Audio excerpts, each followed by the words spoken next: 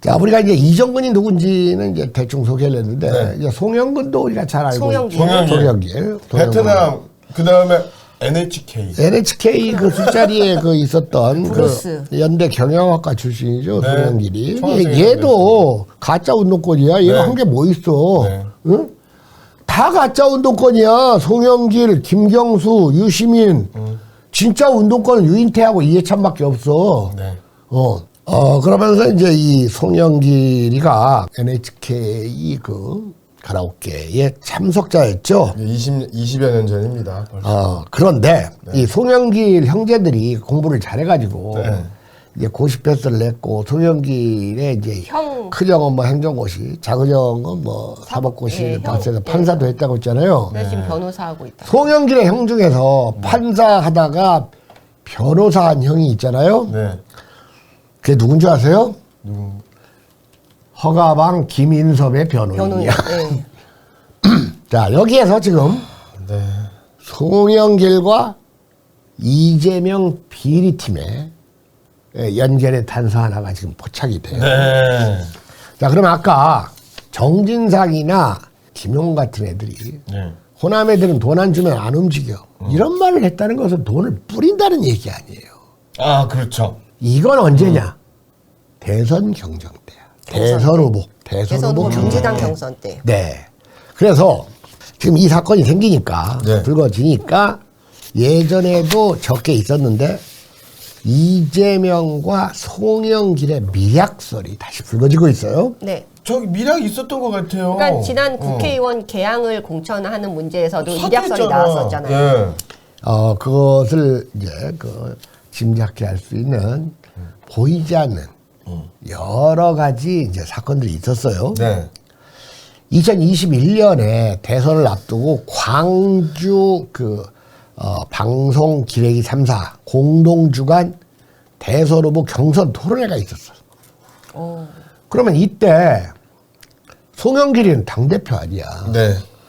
그러면 중립을 지켜야 되는데 이 토론회가 끝난 다음에 그때 당연히 이제 거기다 이낙연이 뭐 대장동 얘기도 했겠지. 네. 당연히 할 수 있지. 네.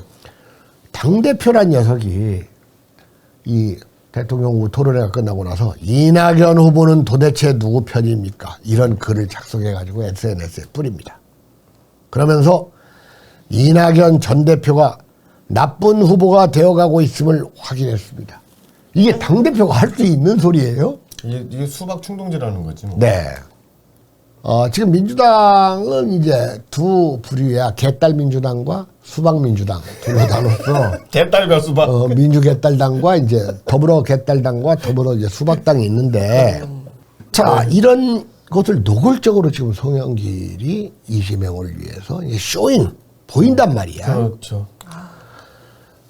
실제로 네. 송영길은 이번에 이재명을 밀어주어 대통령이 되면 그 다음에는 송영길을 밀어주겠다는 미약이 있다. 이런 말들이 공공연하게 떠들었어. 원래 송영길이가 지주제에 네. 대권 꿈도 있는 애야, 얘가. 예. 있어요. 그러니까 예전에 뭐 대권 잠룡 중에 하나로 꼽히기도 했고, 네. 인천 시작할 때. 네.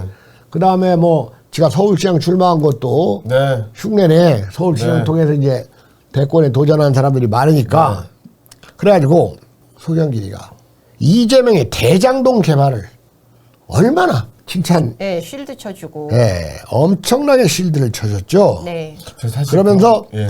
공영 플러스 민간 모델로 5,500억의 돈을 벌어 성남시에 준 큰 수익 구조를 이룬 것은 이재명 후보나 할 수 있는 일이다. 이런 말 송영길이가 했어. 이재명식 공영 민간 사업은 꼭 먹기 알먹기 사업의 모델이다. 흔한 말로 매부 좋고 누이 주는 사업 구조 같다는 말이다. 그러면서 꼭 먹고 알먹고 뭐 누이 좋고 매부 좋고 제가 자기네가 꼭 이 먹고 상투적이고 낡아빠진 사람들은 여지없이 상투적이고 낡아빠진 관용어나 속담을 많이 쓴다고 했죠. 이 송영길이도 그렇고 국힘당 김기현도 그래. 왜 그래 김기현. 자, 여러분들 송영길이가 네. 개양을을 예. 서울시장 출마한다는 명분으로 예. 그만두잖아요. 네. 그만두면 보궐선거를 같이. 하게 되는데 만약에 그때 송영길이가 개항을 국회의원을 그만둘 때 네. 이게 서울시장 출마를 위해서 의원직을 이제 사퇴하는 과정이 있을 거 아니에요. 네. 근데 그 당시에 4월 30일까지 사퇴하면 보궐선거를 6월 1일 날 치르게 돼 있어요. 6월 1일 날. 근데 4월 30일 넘어서 사퇴하면 보궐선거는 1년 뒤로 미뤄져 가지고 5월, 4월에 이번에 그 전주훈 선거로 아, 예, 예. 돼 있어. 어. 근데 이재명을 개항을 해 당선시키려고 4월 29일 날 의원직을 사퇴해요. 예. 그때 그 당시에 그러니까 치는 게 예. 하여튼 이쪽에서는 뭐 사퇴를 하지 말아라라는 식으로 얘기한 듯이 너 사퇴하려면 4월 30일 날 이후에 하라 이런 요구를 많이 했었다고 근데 하더라고요. 이미 이재명이가 지금 의원이 되고 당대표가 돼야지 방탄을 할 수 있으니까 네. 송영길과 짜고 송영길이 4월 30일 전에 사퇴를 해가지고 6일 지방선거에 출마하려는 이 미략을 네. 이재명과 송영길 사이에 해놓은 거야. 네. 이런 것도 이재명과 송영길의 미략을 방증해주는 그 건수가 아닐까. 얼마든지 얘기할 수 있잖아요. 실제로 여러분들 이재명이 이제 대선 후보가 되니까 아까 그 당대표로서 송영길이 얼마나 이재명의 실드를 쳐주고 이재명의 하수인 역을 했잖아. 당대표로서.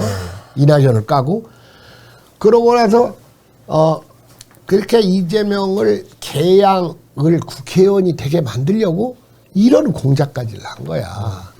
그런데 그냥 국회의원을 그만두면 말이 안 되니까 지말대로 명분이 있어야겠구나. 일석이조 해서 먹고 이게. 일석이조로 서울시장 출마를 명분을 내세워가지고 그리고 제가 지금 생각이 난 건데 송영길이 대선 끝나고 대선 뭐 패배 이런 것 때문에 당대표를 그만뒀잖아요. 그러고서 그 절에 처박힌 거 아니에요. 네. 근데 이재명이 분당에 가게 되면 분당에서 자기가 분당에 이제 있으면서 계속 선거 운동을 해야 된단 말이야. 네. 근데 개항은 그 당시에는 개항은 민주당 깃발 꽂으면 다 된다 이런 그렇죠. 얘기가 있었대요. 네. 그럼 개항해야 되면 내가 개항에 붙박이로 있어서 국회의원 이 선거 운동을 안 해도 돼. 그러면서 전국을 돌면서 내가 대선도 나왔는데 우리 당을 위해서 전국을 돌면서 응원을 하겠다. 이게 혹시 당대표의 초석을 다지기 위한 그래서 개항을 분당을 안 가고 오히려 개항을 간 것 아닌가.